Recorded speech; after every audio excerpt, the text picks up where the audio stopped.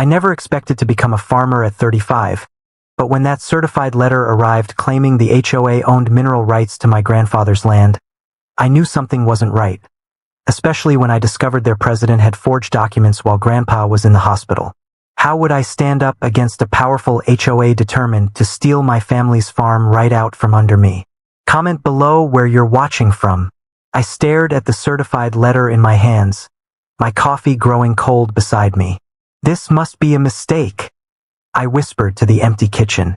The paper trembled slightly as I read it again. According to the Sycamore Heights Homeowners Association, they owned all mineral rights to my grandfather's farm, my farm now, and planned to start digging up my land in just 4 weeks. Grandpa's funeral was barely 2 months ago. After he passed, I'd left my cramped apartment and soul-crushing accounting job in the city to take over his 15-acre property in Willow Creek. The farm had been in our family for 3 generations.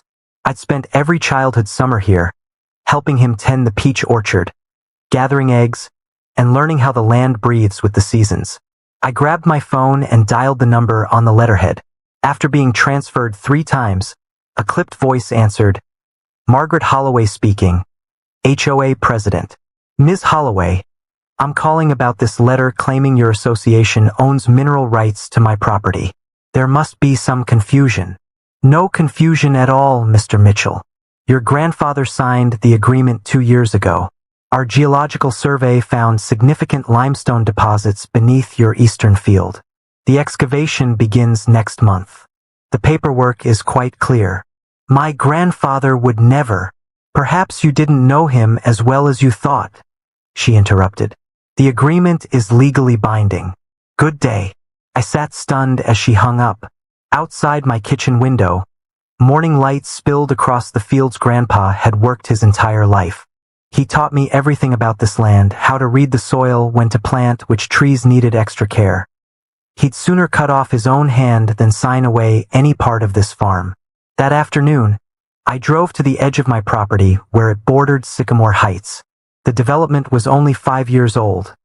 Rows of identical 2-story houses with perfect lawns and identical mailboxes. So different from the weathered beauty of Grandpa's my farmhouse. A woman was gardening in the yard closest to my fence line. She straightened when she saw me approach. "You must be Tom's grandson," she said, pulling off her gloves. "I'm Elaine Watson. I'm so sorry about your grandfather. He was a wonderful neighbor. Did you know him well?" I asked. "As well as anyone, I suppose. He brought me fresh peaches every summer." Her eyes darted to her front door before she added in a lower voice, "Be careful with that HOA. Margaret's had her eye on your property since they broke ground here." "What do you mean?" Elaine glanced around again. "She's always talking about expanding the community footprint. Your grandfather refused to sell, even when they offered him well above market value." A car door slammed nearby. Elaine quickly put her gardening gloves back on. "I should get back to my flowers. The HOA only allows certain approved plants. Got cited last month for unauthorized hostas." She forced a laugh. As I walked back toward my house, a silver SUV cruised slowly past. The driver, a stern-faced woman with immaculate gray hair, stared at me with undisguised interest. That night I couldn't sleep. I pulled out Grandpa's old metal filing cabinet and started digging through decades of paperwork. Tax forms, equipment receipts, seed catalogs, nothing about mineral rights. Around 2 a.m., I found a folder labeled Property Documents, containing the original deed from 1963, when my grandfather bought the place from the Wilson family. I read every line carefully. The deed explicitly stated that all mineral rights conveyed with the property, with no provisions for separation. According to this, no one but the property owner could claim those rights. The next morning, I drove to the county records office. The clerk, an older man named Frank with reading glasses perched on his nose, helped me search through property records. "Here's the original deed," he said, pointing to a document that matched what I'd found in Grandpa's cabinet. "And here's the property tax history, building permits, boundary adjustments when they put in the county road in '87.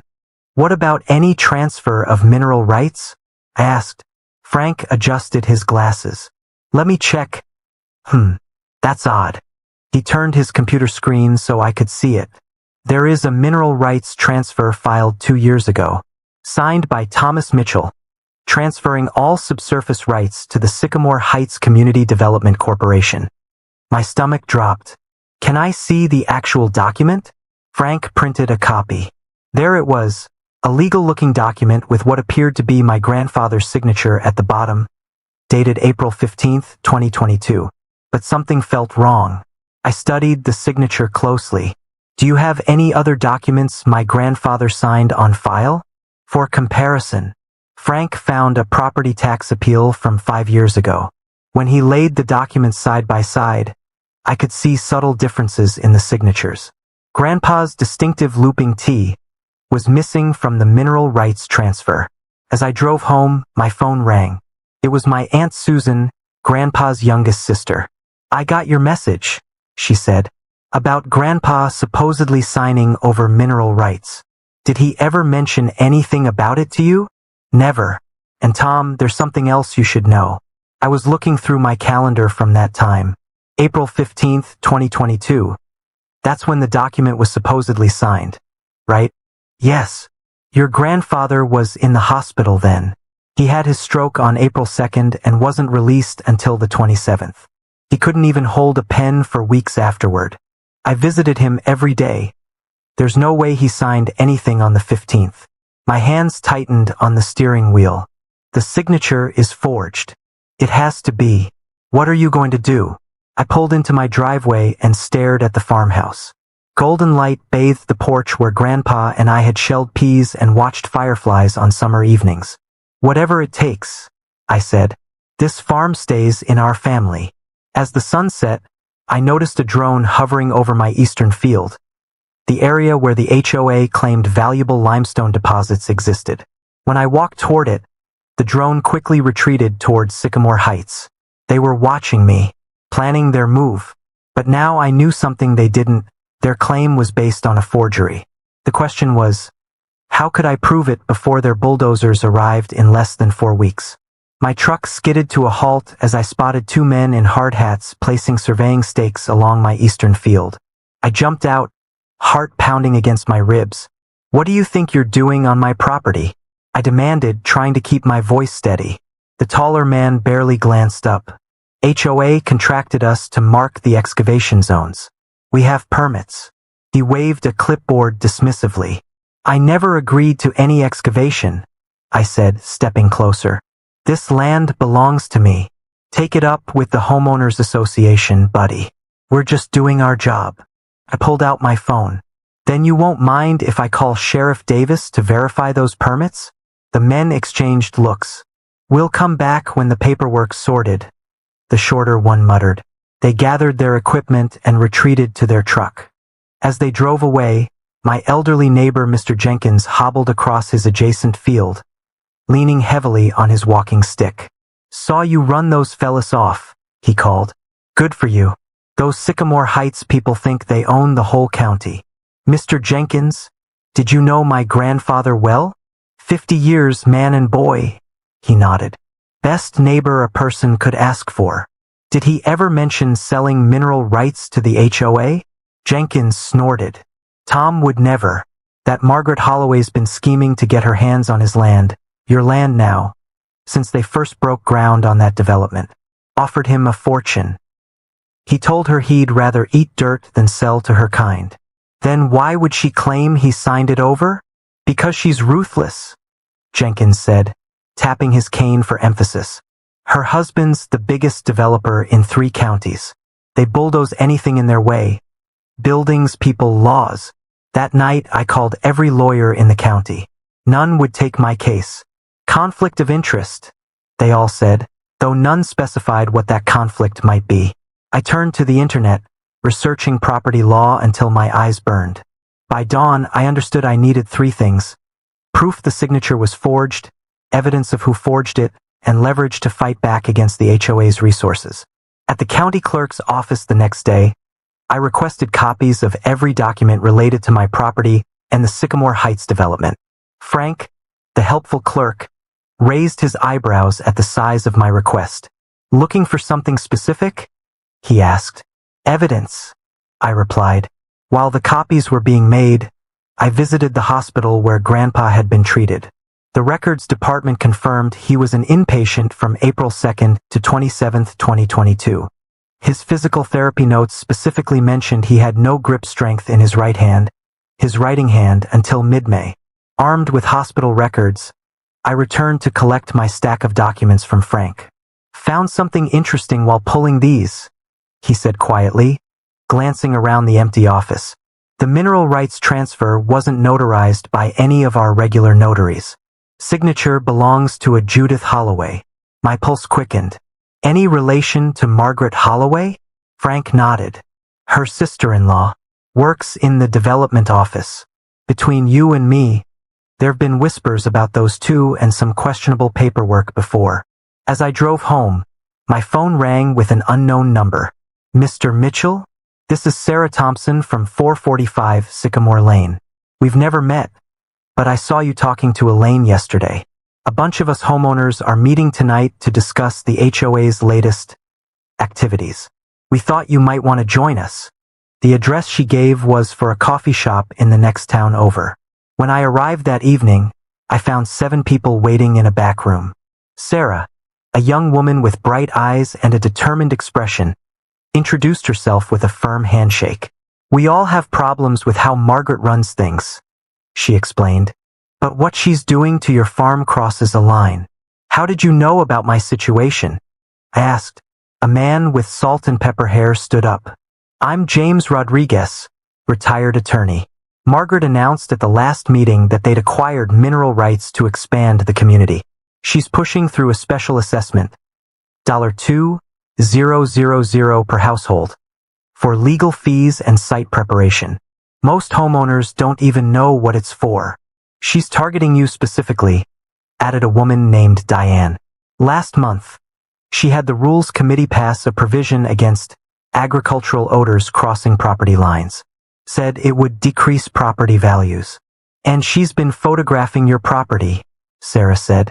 Claimed she needed evidence of code violations, but wouldn't specify which codes. I spread out my documents on the table. My grandfather never signed those mineral rights away. He was hospitalized when this document was supposedly signed. The signature is forged, and I believe Margaret and her sister-in-law Judith are behind it. James studied the papers. This is criminal fraud. Have you gone to the sheriff? Not yet. I wanted more evidence first. James nodded. Smart. Margaret's husband plays golf with Sheriff Davis every Sunday. You'll need irrefutable proof before approaching law enforcement. What about challenging the HOA directly? Asked a younger man named Michael. Too risky, Sarah replied. Remember what happened to the Patels when they disputed their fencing violation? Margaret's husband had the building inspector find structural concerns in their new addition. Cost them thousands. I rubbed my tired eyes. So what can I do? Their bulldozers arrive in 3 weeks. James leaned forward. You need 3 things. Solid documentation of the fraud, public awareness so they can't easily retaliate, and expert testimony that challenges their claim about limestone deposits. I have a friend who teaches geology at the state university, I said. He could analyze soil samples. Perfect, James nodded. Meanwhile, I can reach out to former colleagues about the forgery angle. We'll need a handwriting expert. Sarah pulled out her laptop. And I can help with the public awareness. I run a local blog with decent readership. If we document everything, they can't silence all of us. For the first time since receiving that certified letter, I felt hope. I wasn't alone anymore. As we left the coffee shop, Sarah grabbed my arm. Wait, she whispered, pointing to a sedan parked across the street. A woman with perfectly coiffed gray hair sat inside, pretending to check her phone. That's Margaret. We ducked back inside. She followed me here. I realized. She knows we're organizing. This changes our timeline, James said grimly. If Margaret knows we're challenging her, she might accelerate her plans. What should we do? Sarah asked. I thought about Grandpa, about his weathered hands working that land for decades, about the promise I'd made to keep the farm in our family. We fight back, I said. First thing tomorrow, I'm calling my geologist friend. If there's no valuable limestone on my property, why is Margaret so desperate to get her hands on it? What's she really after? None of us noticed the small red light blinking in the coffee shop's corner.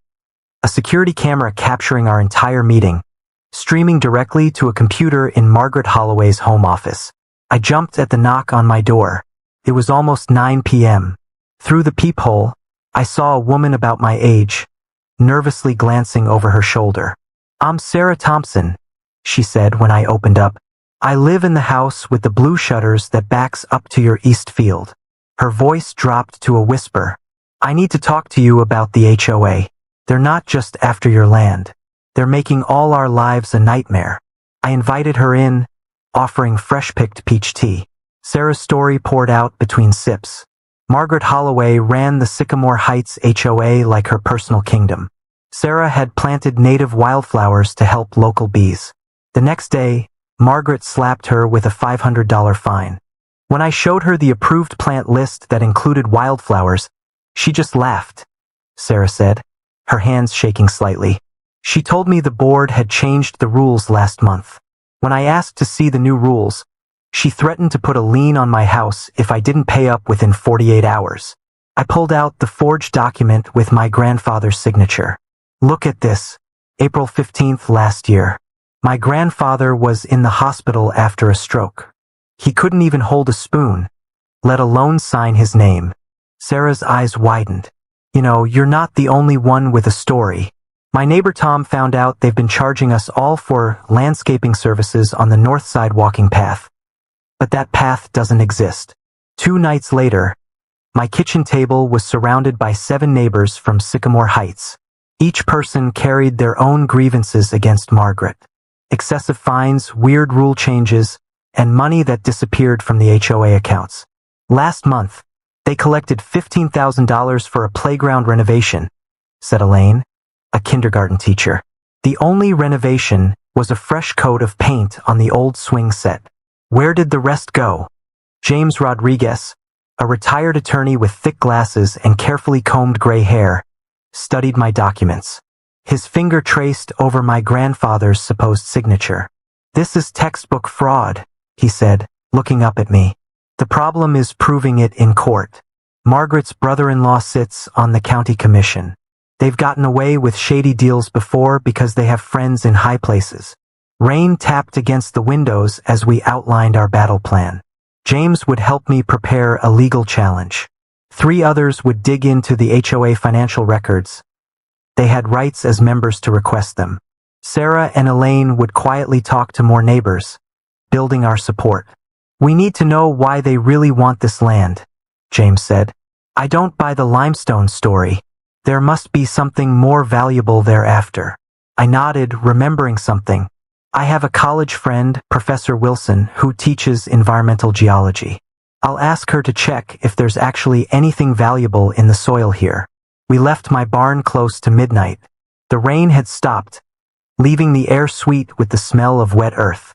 As my new allies headed to their cars, headlights suddenly flashed from down the road. A black sedan I didn't recognize. Through the darkness, I caught the glint of binoculars. When I started walking toward them, the car engine roared to life, tires spitting gravel as it sped away. "What was that?" Sarah asked, freezing in place. A chill ran up my spine. "Someone watching us. We need to be careful. Margaret has eyes everywhere." "Do you think they heard our plans?" Elaine whispered. "I don't know," I admitted. "But we need to move fast." That night I couldn't sleep. I sat on my grandfather's old porch swing, thinking about how he'd fought in 2 wars to protect his country, only to have his land stolen through lies while he lay in a hospital bed. The anger burning in my chest hardened into determination. I wouldn't just fight back. I would win. I didn't know then how quickly Margaret would strike, or how dirty she was willing to play. By sunrise, our rebellion would face its first real test. James's words kept echoing in my head. They want something on this land, something worth committing fraud for. But what could be so valuable that they'd risk criminal charges? What was Margaret Holloway really after? As first light broke over the eastern fields, my phone buzzed with a text from Sarah. Emergency HOA meeting called for tonight. Topic: security measures for neighborhood boundaries. Something's happening. Be ready. I stared out at my grandfather's land, the dew-covered fields shimmering in the dawn light. Whatever game Margaret was playing, she had just made her next move. And somehow I needed to be 2 steps ahead of her. The question wasn't if they would strike back, but when and how hard. I slammed on my brakes, mouth hanging open. A huge chain and padlock secured my front gate, with a bright orange notice plastered across it. Property access restricted, pending mineral excavation preparations. 2 burly men in matching black uniforms stood beside a shiny black SUV, arms crossed. "Excuse me," I called out, stepping from my truck. "This is my property. You need to remove that lock right now." The taller guard barely glanced at me. "We have orders from the Sycamore Heights Homeowners Association. No entry without proper authorization." "Authorization? I own this farm." My voice cracked as anger surged through me. "Take it up with Ms. Holloway," the second guard said, handing me a business card. "We're just doing our job." I pulled out my phone with shaking hands and called Sheriff Martinez. While waiting, I paced the dusty road, watching these strangers block me from my own home, from the fields my grandfather had worked for 50 years.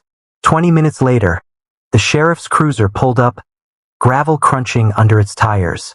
Sheriff Martinez, a stocky man with kind eyes that looked everywhere but at me, reviewed the paperwork the guards handed him. "I'm sorry," he finally said, his voice low. "They filed the proper documents yesterday. According to this, they have legal access rights for surveying. Based on a forged signature." I protested. The sheriff sighed. "That's for a court to decide. For now, these papers are in order." He must have seen the devastation on my face because he added quietly, "Get yourself a good lawyer. Fast. And I'd suggest you document everything." "Then I need a copy of all that paperwork," I insisted.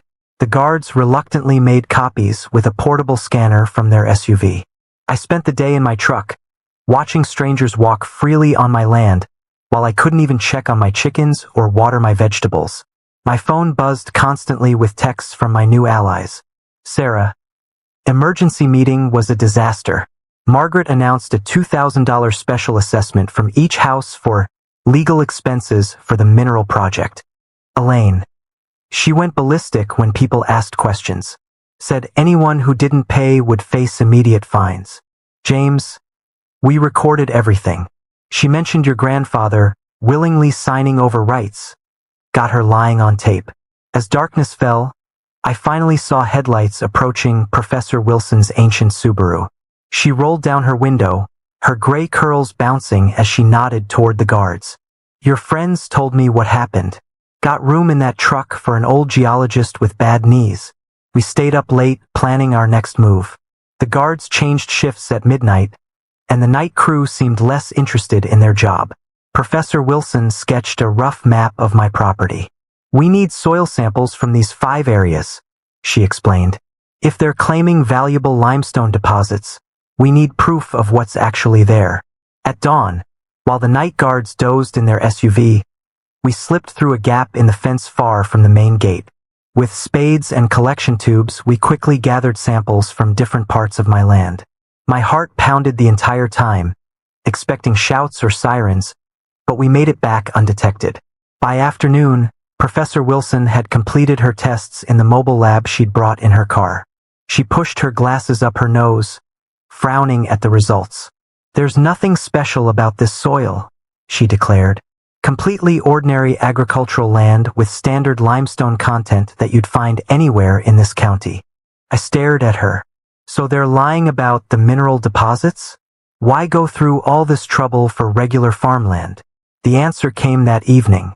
James called, excitement making his voice crack. "I found something in the county development plan that wasn't publicly announced yet. There's a proposed highway exit that would connect directly to Sycamore Heights. It would increase property values by at least 30% overnight." "What does that have to do with my farm?" I asked. "The only viable route for this exit would cut through what's currently your eastern field, the part that borders Sarah's backyard. They need your land for road access, not minerals. Suddenly, it all made sense. This wasn't about limestone. It was about money. Millions in increased property values. Margaret stood to make a fortune on her own 3 investment properties in Sycamore Heights, plus whatever kickbacks she might get from developers. How do we fight this? I asked, my mind racing. We go public, James said firmly. Local news, social media, everything. Margaret wants to operate in the shadows. Let's drag this whole scheme into the light. That night, we crafted our plan. Sarah contacted her cousin who worked at the local TV station. James prepared legal documents challenging the forged mineral rights transfer. I gathered old photos of my grandfather working the land, including ones from April 2022 showing him in his hospital bed, clearly unable to sign anything. As I finally fell into an exhausted sleep on my friend's couch, since I still couldn't access my own house, my phone pinged with one last message from Elaine. Margaret just sent an email. Construction crews arriving Monday to begin preliminary excavation on your eastern field. We only have 4 days to stop this. 4 days to save my grandfather's legacy. 4 days to expose a fraud that reached into the county government itself. The odds seemed impossible. But as I drifted off to sleep, I remembered something my grandfather used to say. The tallest oak in the forest was once just a little nut that held its ground. It was time to hold my ground. And Margaret Holloway had no idea what she was really up against. My hands shook as I unlocked the chains I had secretly put around my tractor last night. The security guards watching my farm hadn't noticed me sneaking out before dawn. I climbed up, started the engine, and drove straight toward my padlocked front gate where news vans were already gathering. That's far enough, yelled one guard, rushing forward with his hand up. I cut the engine and stood up on the tractor seat. This is my property, and today everyone will learn the truth. Camera crews pointed their equipment my way as I held up folders of evidence. Neighbors from Sycamore Heights gathered behind the reporters, many holding homemade signs saying HOA fraud and support local farms. For weeks, the Sycamore Heights HOA has claimed they own mineral rights to my family farm. I called out loudly. They locked me out of parts of my own land. They threatened me with legal action. But I've discovered what they're really after. I spread a large county map across my tractor hood. This isn't about limestone deposits. It's about this proposed highway exit that would make their properties worth millions more. But only if they can steal my eastern field. A black SUV screeched to a halt, and Margaret Holloway stormed out, her face red as a tomato. She wore an expensive suit and looked ready for battle. Turn those cameras off right now, she demanded. This man is trespassing on HOA property. Actually, came a voice from the crowd. He's standing on his own land. Professor Wilson stepped forward in his tweed jacket. I've completed extensive soil testing. There are no valuable mineral deposits here, just regular farmland. The HOA's geological survey is completely fabricated.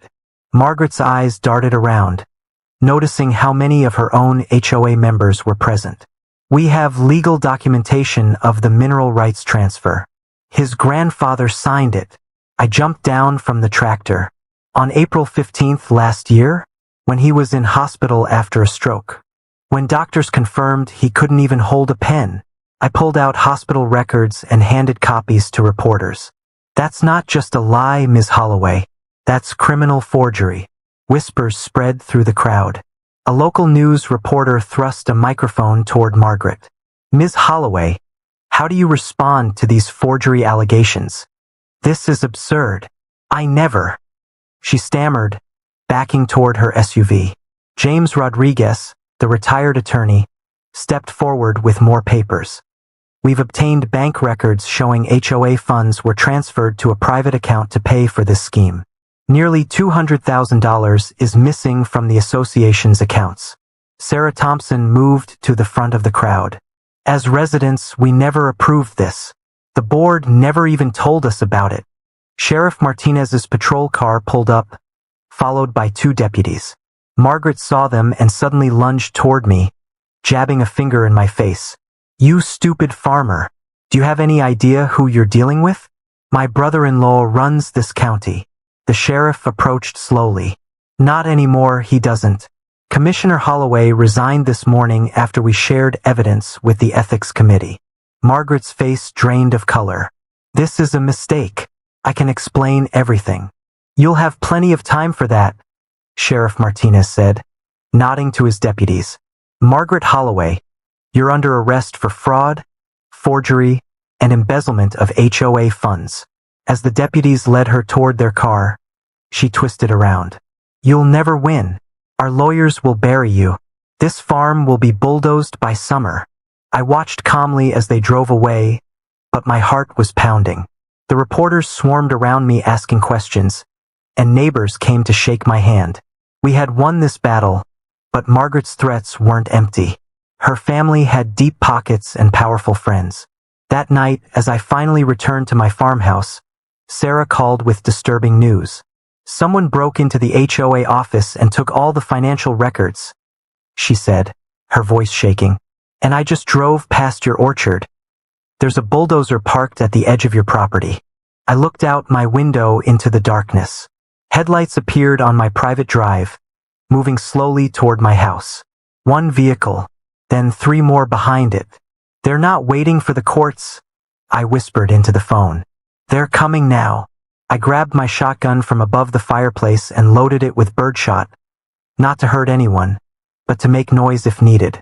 My hands were steady now, for vehicles crawled up my driveway, headlights cutting through the darkness.